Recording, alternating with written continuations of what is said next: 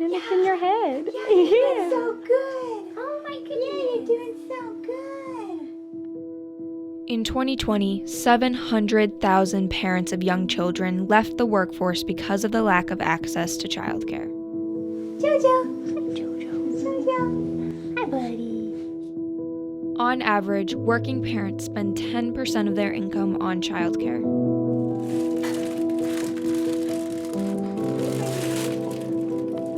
Nearly 60% of Hispanic families live in a childcare desert, with 3 times the amount of children than childcare providers. Yeah. Here, buddy.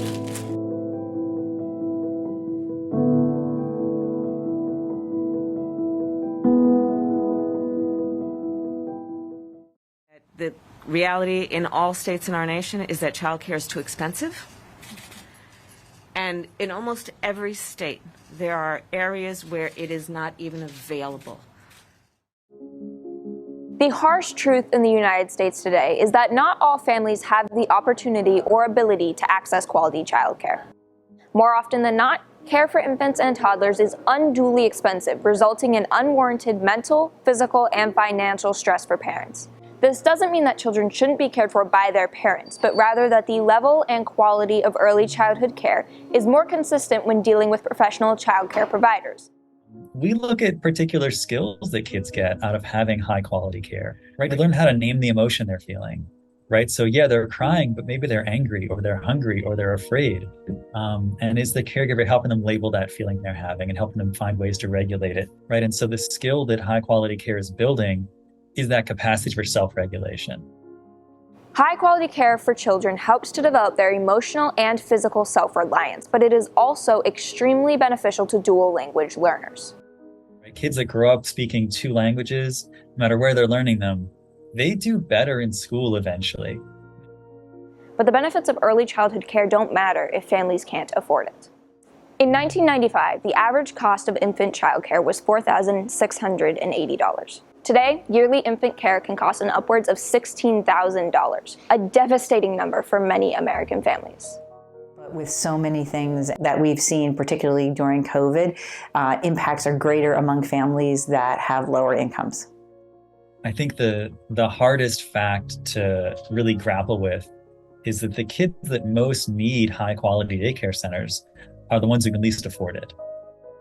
Because the childcare crisis is particularly hard on low-income families, it heightens developmental disparities amongst minority groups. Hispanic families are more likely to be working irregular schedules, and finding a childcare provider that accommodates for that irregularity is extremely difficult. Because of this, Hispanic families tend to be driven away from high-quality care and are often forced to turn to informal care given by families and friends. We as a country must do better, and while there are solutions, they are not enough. The American Families Plan, proposed by Joe Biden on April 28, 2021, in accordance with the Build Back Better plan, was championed with the intention of providing equal access to quality childcare. It was a step forward in helping low-income and minority families, but unfortunately it failed to pass in full. Even if it was passed, other steps must be taken to make sure those who are eligible for the plan would have been able to access its benefits. We need to be working in partnership with more of our businesses to see if more childcare facilities can be located at job sites. In addition, we need to make sure that we also have subsidies for people so that they can afford to have childcare, go to a facility. And then we also need to make sure that we actually have professionals who are going into childcare. Some may argue that requiring the federal government to subsidize or cover some of the price of childcare is unfair to those who don't have children, and that the economic burden of childcare should fall solely to the parents or family members. This view does not take into account the national impact that quality infant childcare could have on the future of the United States. If the United States government refuses to prioritize the safety and well-being of its young, we have irreversibly compromised our future.